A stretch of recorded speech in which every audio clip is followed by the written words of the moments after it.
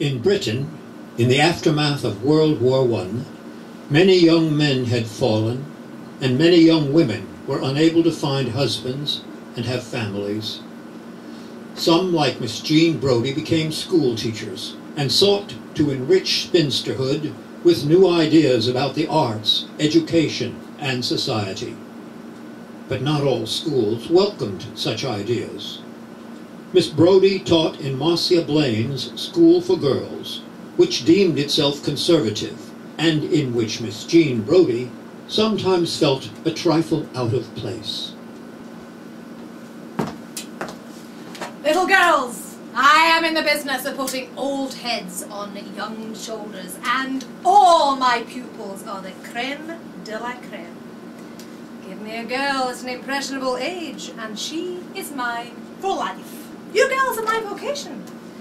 If I were to receive a proposal in marriage tomorrow from the Lord Leon, King of Arms, I should decline it. I am dedicated to you in my prime. And my summer in Italy has convinced me that I truly am in my prime. Proper your books against intruders. If there are intruders, we are doing our history. But we will not do our history. Rather, I want to tell you about my summer, and of the man I met in the Borghese Gardens, and of the paintings I saw. My teaching methods have been decried in certain quarters as unsuitable for a conservative school like Marcia Blaine. That is to say, a school dedicated to the status quo. Who can define status quo?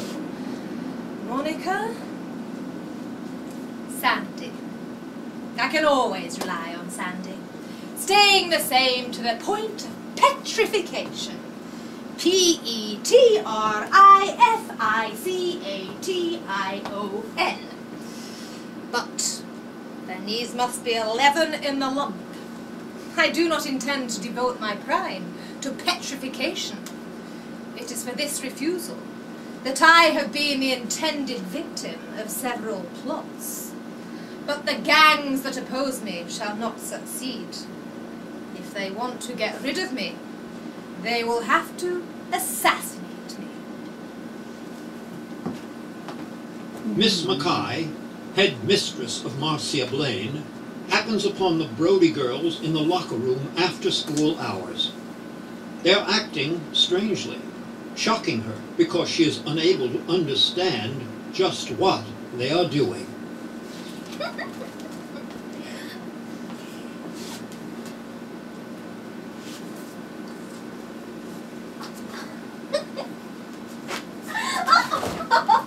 It's nearly 5 o'clock. Time you girls were away. What were you doing, Sandy? Just playing opera, Miss Mackay. Opera? Yes, Miss Mackay. We've been studying Traviata. Sandy, show me what you were doing. Go on. Show me.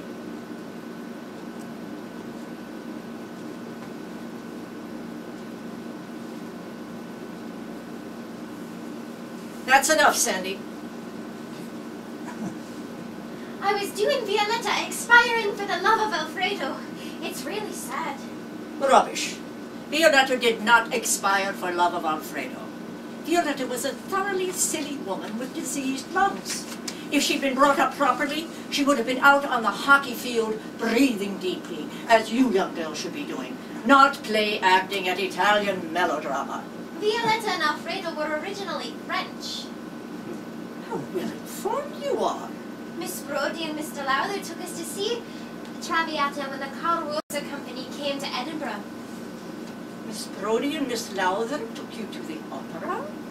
Mr. Lowther is jolly nice. We go to visit him in Cremon too, when Miss Brodie goes, on weekends. How very nice of Miss Lowther. And Mr. Brodie. I hope you were appreciative. My. Miss Brodie is very musical. Concerts, theatre, opera. I think Miss Brodie is more interested in art, Miss Mackay. Why do you think Miss Brodie is more interested in art than music, Sandy? She told us so. She said music is an interest to her, but art is a passion. Miss Brodie said. A passion? Compared to music. Well, Sandy, you are too young for passions. What are your cultural interests? Stories. Miss Brodie tells you stories. Oh, yes, lovely stories. Oh, like Traviata. Stories of history. She makes history seem like the cinema. No, not the cinema, more like Shakespeare. My, what would we do without Miss Brodie? I could wish that your arithmetic papers were better. You know, you would have to work very hard at ordinary, humble subjects for your leaving certificate. Culture cannot compensate for hard knowledge. No, Miss Mackay. I'm delighted to see you are devoted to Miss Brodie, but your loyalty is also due to the school. Yes, Miss Mackay. I'm always impressed by Miss Brodie's girls. In one way or another. After learning that Miss Brodie and her girls are going on Sunday excursions with Mr. Lowther, sometimes to the opera, sometimes to Mr. Lowther's Cremont estate, Miss Mackay becomes alarmed that such activities, which appear to be happening Sunday after Sunday, will generate malicious gossip. So she summons Miss Brodie to her office, intending to acquaint her with the school's guidelines.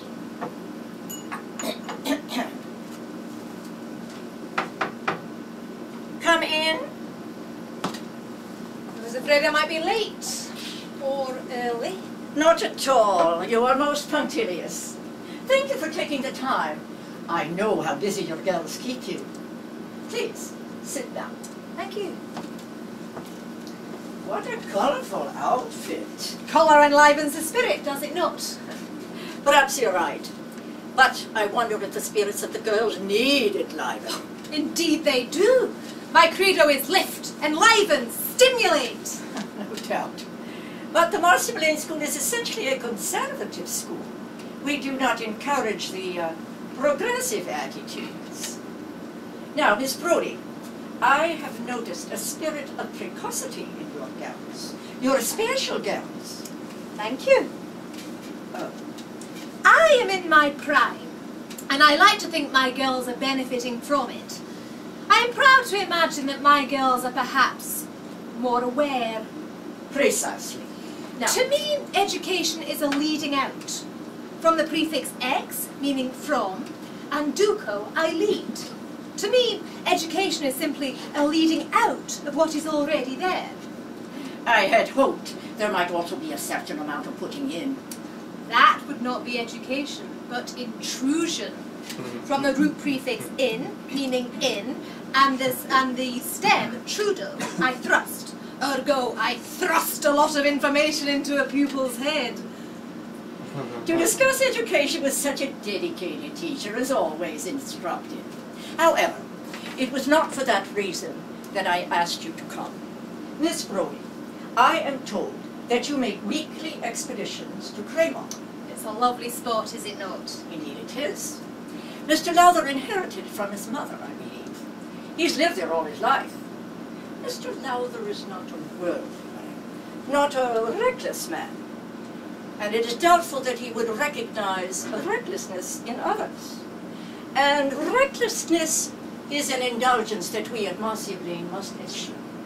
Not only within our walls, but in the personal life, the conduct, as it were, of the teaching staff.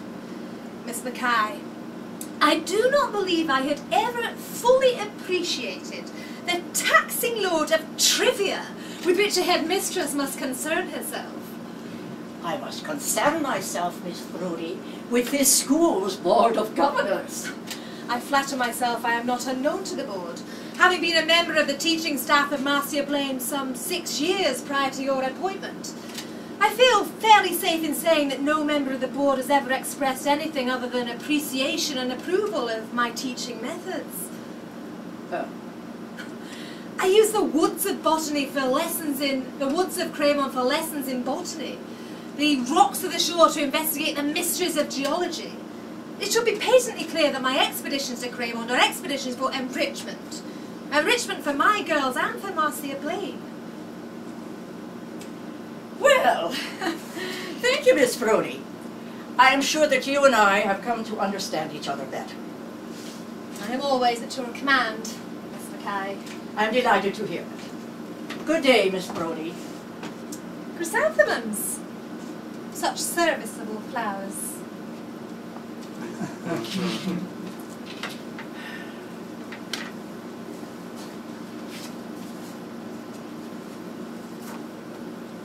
Educare to lead, educare to feed. Ergo, Miss Brodie, to educate does not mean to lead out, it means to feed in. It would seem that your Latin is as progressive as your mathematics. Now, just what is your subject, Miss Brodie?